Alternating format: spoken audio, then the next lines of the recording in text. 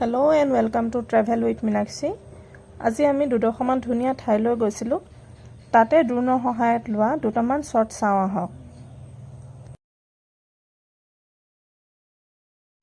এয়া হৈছে ধেমেচি ডিমু দলঙৰ ওপৰৰ পৰা লোৱা এটা ভিডিঅ'